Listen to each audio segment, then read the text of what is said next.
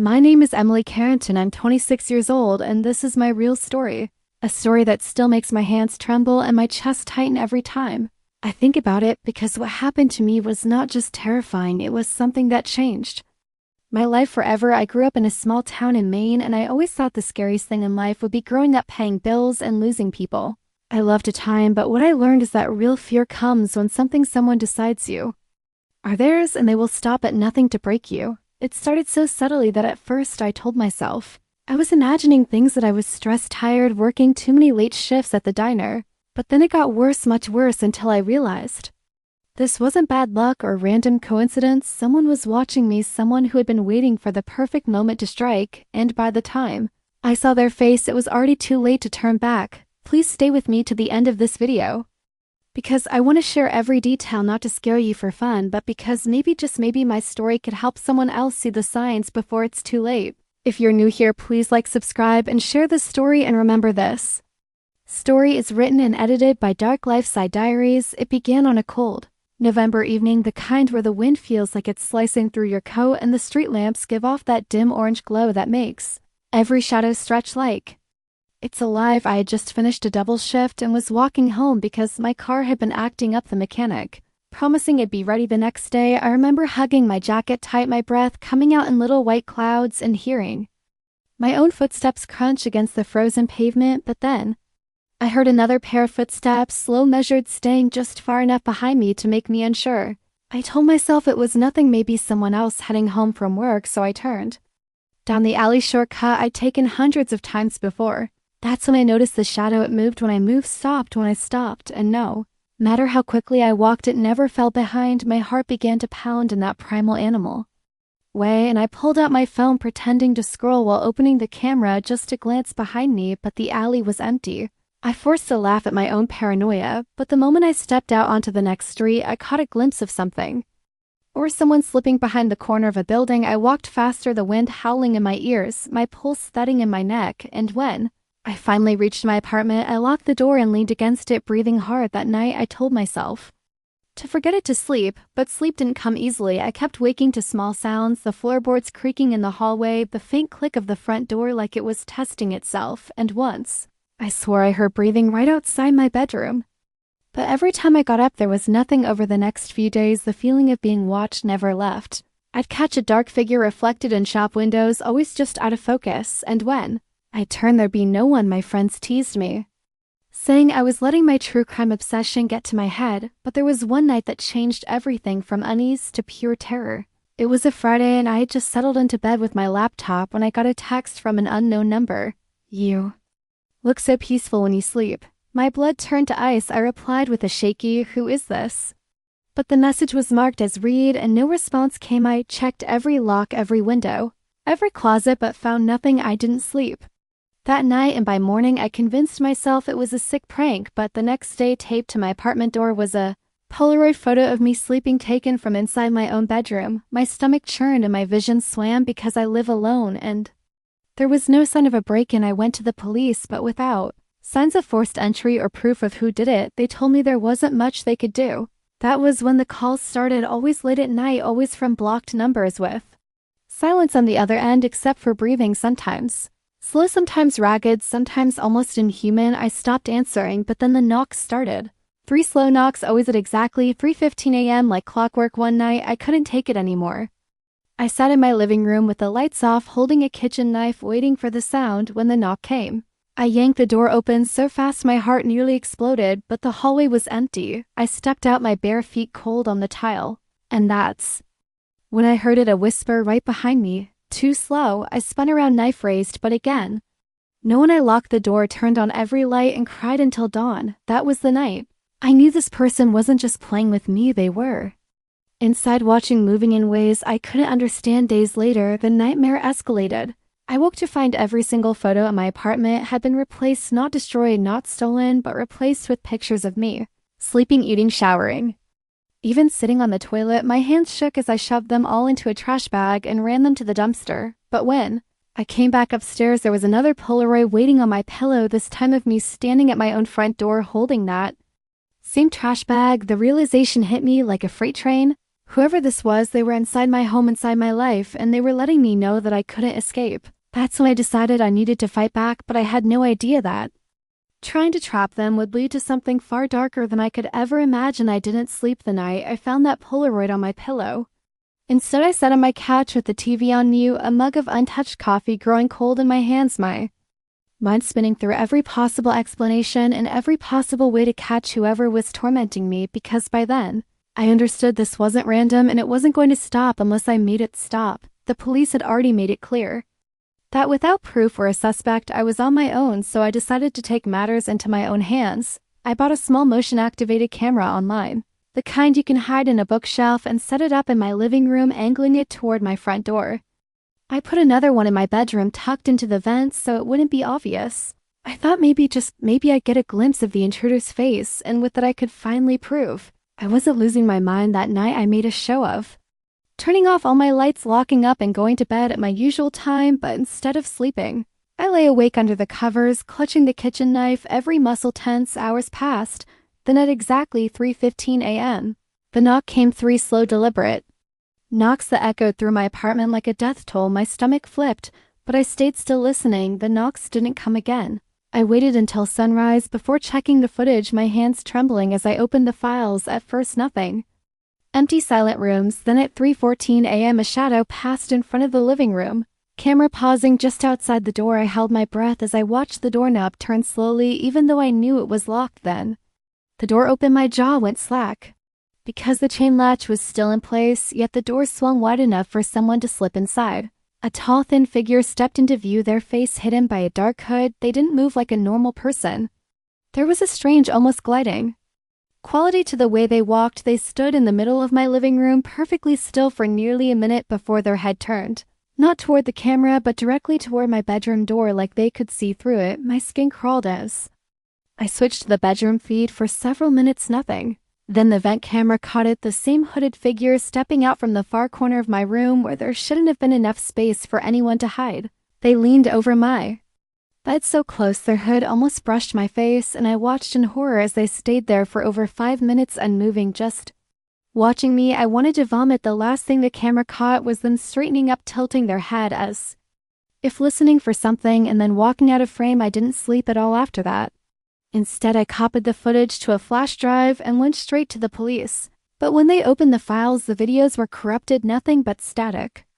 I swore to them it was there, that I'd seen it with my own eyes, but they looked at me with that same polite skepticism I'd come to hate. One officer even suggested I take a break from scary movies. By the time I got home, my apartment felt smelly, suffocating, like the walls themselves were pressing in on me. I decided I couldn't stay there anymore, at least not alone, so I called my best friend Chloe and begged her to let me crash at her place. She agreed, instantly telling me to pack a bag and get over there, but when I went to grab my clothes, I froze. Every single drawer in my dresser was open, every shirt and pair of jeans neatly folded into perfect stacks except one. In the middle of my bed was a single red scarf, one I didn't own, pinned to it was a note in jagged handwriting. "You look better in red." My throat closed up, my vision tunneling, and I shoved the scarf into a trash bag before grabbing my things and bolting out the door. I stayed with Chloe that night, and for the first time in weeks, I thought maybe I could relax. But at 3:15 a.m., my phone lit up with a text from an unknown number. Wrong bed. My heart stopped. I woke Chloe, and we spent the rest of the night with every light in the apartment on, jumping at every creak. The next morning, she swore she saw someone standing across the street facing her window, but when we both looked, the figure was gone. That's when I realized this wasn't about my apartment, it was about me. Wherever I went, they would follow. I tried to think of anyone from my past who might want to hurt me, but nothing fit. This was different. This was personal, but not in a way I could explain. Chloe begged me to go stay with my parents in another state, so I booked a bus ticket for the following day. That night, I slept with my bag already packed beside me, counting the hours until I could leave. But at 2:59 a.m., I woke to the sound of my bedroom door creaking open.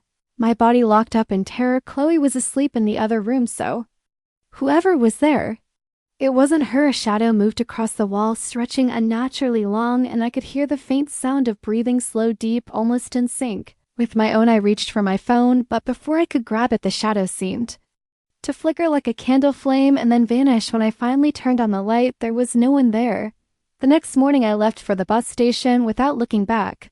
I thought maybe distance would help, that I could leave whatever this was behind me, but 2 hours into the ride, I glanced out the window and saw a black SUV in the lane beside us. In the passenger seat was someone wearing a dark hood, their face hidden, but I knew it was them. I felt their gaze even through the glass, and when our eyes met, they slowly raised a gloved hand and pointed directly at me. My chest tightened until I couldn't breathe. By the time I reached my parents' house, I was a shaking mess. They tried to calm me down, telling me it was probably just some creep from town, but that night in my old bedroom, I woke at exactly 3:15 a.m. to find the red scarf draped over my desk chair. I never brought it there. My parents swore they hadn't seen it. That was when I understood this wasn't just stalking anymore. This was something darker, something that could reach me anywhere, even in places it shouldn't be able to go.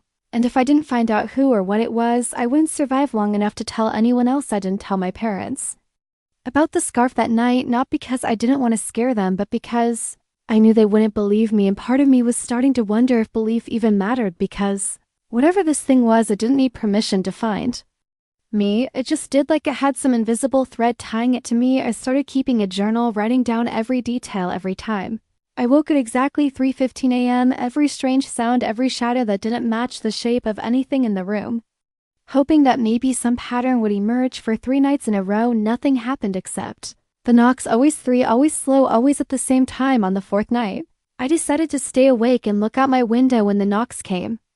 At exactly 3:15, the sound echoed from the front door downstairs, and I pressed my face to the glass, peering down the street. There was no one at the door, but across the road, standing perfectly still in the glow of a street lamp, was the hooded figure. My chest tightened as I realized their head was tilted back, staring directly at my window. I whispered to myself to grab my phone and take a picture, but by the time I turned back, they were gone. The street empty again. The next morning, my mom complained about the back door being wide open. When she came downstairs, she assumed my dad had left it that way, but he swore he hadn't touched it. I knew better that day. I decided I had to dig into every piece of my past to figure out who could possibly be behind this. I went through old yearbooks, Facebook messages, even my blocked contacts list, trying to find any name that sparked a bad memory. That's when I saw an old message from someone I hadn't thought about in years, Daniel Voss. We went to high school together, but we'd barely spoken except for one incident during senior year when he cornered me in the library, staring at me in this intense, unblinking way that made my skin crawl. He'd said something strange. "You don't remember me, but I remember you." At the time, I'd brushed it off as awkward teenage weirdness, but looking at that message, now I saw it was sent 2 years ago, and it simply said, "Still watching." My stomach flipped. I searched his name online, but found nothing recent, just an old news article saying he'd gone missing 6 months ago after being released from a psychiatric facility. That night, I printed out his picture and showed it to my parents. Neither of them recognized him, but my dad muttered that he looked wrong, somehow like his face didn't fit together the way it should. We locked every door and window, and I tried to sleep, but at 3:15, instead of the knocks, I woke to the sound of whispering, faint, almost like it was inside my head. I sat up slowly, scanning the room, and that's when I saw movement in the corner. The figure was there, taller than I remembered, its hood drawn low. My voice caught in my throat as I whispered, "Daniel?" It didn't answer. Instead, it stepped forward, and for the first time I saw its face. My blood went cold. It wasn't just Daniel. It was like his face had been stretched, his features rearranged, his eyes too far apart, his mouth curling into an unnatural grin that seemed to split wider than it should. My body froze, every instinct screaming at me to run, but I couldn't move. It leaned close enough that I could see every vein in its eyes, and it whispered, "You see me now." Then the lights flickered, and when they came back on, the corner was empty. I screamed, waking my parents, but by the time they rushed in, there was no sign anyone had been there. They started talking about sending me to talk to someone, which made me furious. This wasn't in my head. The next day, I called Chloe, telling her everything, even about Daniel. She went quiet for a long time before saying, "Emily, Daniel's dead. He's been dead for months. I went to his memorial." My skin prickled, but before I could reply, the line went dead. I tried calling her back, but it went straight to voicemail. Later that night, my dad went to check the mail and didn't come back for 10 minutes. When he finally returned, he was pale and shaking, holding a small, unmarked envelope. Inside was a single Polaroid of the 3 of us sleeping in our beds. My dad looked at me with the kind of fear I'd never seen on his face before, and that's when I realized this wasn't just my problem anymore. I was dragging my family into it. I decided I needed to go back to where it started, to my apartment in Maine, and find whatever thread connected me to this thing. My parents begged me not to, but I knew hiding wasn't working. 2 days later, I was back in my building standing in the empty apartment that somehow felt heavier than the day I left it. The air was stale and there was a faint smell, sweet but rotten, like fruit left out too long. I went through every drawer, every cabinet, every closet looking for something I'd missed before. That's when I found it behind the air vent in my bedroom. There was a small box wrapped in black cloth. Inside were more Polaroids, dozens of them, some from years ago. In one I was in high school sitting on the bleachers, and another I was at a cafe in college, somewhere of me sleeping in places I'd forgotten I'd even stayed. The oldest one made my hands go numb. It was me as a little girl no older than 6 playing in my parents' backyard. I couldn't remember anyone taking that picture. At the bottom of the box was a folded piece of paper covered in jagged handwriting. "You've always been mine." My knees gave out and I dropped the box, the Polaroids scattering across the floor. That's when I heard the floorboards creak behind me. I turned slowly, and there it was, the hooded figure standing in the doorway, its head tilted like it was curious. My knife was on the counter in the kitchen, too far to reach. It took one slow step toward me, and I realized the only way to survive was to stop running. I forced myself to stand, my hand shaking, and whispered, "What do you want from me?" It didn't answer. It just lifted one gloved hand and pointed not at me, but at the wall behind me. I turned, and my stomach dropped. Written across the wall in something dark, smeared and dripping, were the words, "Tomorrow." The word tomorrow haunted me for the rest of that night. I didn't leave the apartment, didn't even dare to turn my back on the wall where it was written, because some part of me was terrified that if I looked away too long, the message would change into something worse. I sat there on the floor, knees pulled to my chest, the Polaroids scattered around me like pieces of a life. I didn't know I'd been living under someone else's watchful eye. The hooded figure was gone, but its presence was still in the air, thick, heavy, electric. As dawn broke, I decided I couldn't just wait for tomorrow to come to me. I needed to be ready. I spent the day setting up every light I owned, placing my kitchen knife into heavy wrench within arm's reach in every room, and charging my phone fully. I even pulled my mattress into the living room so I wouldn't be trapped in my bedroom. By sunset, my heart was pounding so hard I thought I'd pass out. The wind outside howled against the windows, and every creak in the old building made me flinch. Midnight came and went. 1 a.m. past 2, and then at exactly 3:15 a.m., the lights flickered. My stomach dropped. The flickering turned into a full blackout, plunging the apartment into pitch darkness. My phone light barely cut through it, but in that pale glow, I saw movement, something tall, something wrong, standing at the far end of the hallway. "Daniel," I said, my voice breaking. "I know it's you. I know you've been following me for years. Why?" The figure didn't move at first, but then a low, distorted voice answered, not quite human, not quite his. "I told you don't remember me." My mind flashed to the oldest Polaroid in the box, the one of me as a little girl. "What do you mean?" I demanded. The figure stepped closer, the hood slipping just enough to reveal that impossible stretched face. "We met before you were 6. You were lost. I found you, promised you'd never forget me." My knees went weak as fragments of a buried memory rose, wandering into the woods behind my childhood home. A boy appearing from nowhere, his hand cold, when he led me deeper, telling me stories in a voice that didn't sound like it belonged to a child I had thought it was a dream, until my parents found me hours later, crying at the edge of the forest. "You're not real," I whispered, though even as I said it, I knew it wasn't true. The figure tilted its head. "I was real enough to wait for you. I was real enough to keep you." My phone light flickered, and in the darkness that followed, I felt its breath on my face. Panic took over. I swung the wrench blindly and heard a sickening crack, followed by a low growl that shook my bones. The figure staggered back, and for a split second, the shadows in the room seemed to cling to it like they were part of its body. I didn't stop. I lunged forward, striking again, screaming until my throat burned. The thing collapsed, but even as it lay there, its body seemed to dissolve into the darkness, seeping into the cracks of the floorboards. The lights snapped back on, and the apartment was empty. My chest heaved, my hands shaking uncontrollably. I didn't sleep, just sat there until morning, waiting for the next knock, the next flicker, but it never came. The next day, I packed everything I owned and left Maine for good. Weeks passed without incident. I started to think maybe I'd ended it, but deep down I knew better. One night, months later, in my new apartment across the country, I woke at exactly 3:15 a.m. The air was still, my heart steady, until I saw it on my nightstand was the red scarf. No note, no photo, just the scarf perfectly folded. I wanted to scream, to run, but I didn't move. Instead, I whispered into the darkness, "I remember you." The shadows in the corner of the room seemed to shift, and though I couldn't see it, I could feel it smiling. It hadn't ended, it would never end. It was patient and it knew I belonged to it. Thanks for listening to my story. If you made it this far, I truly appreciate your time. Please like, subscribe, and share this video so more people can hear what happened, and maybe, just maybe, someone else can be saved before it's too late. This story is written and edited by Dark Lifeside Diaries.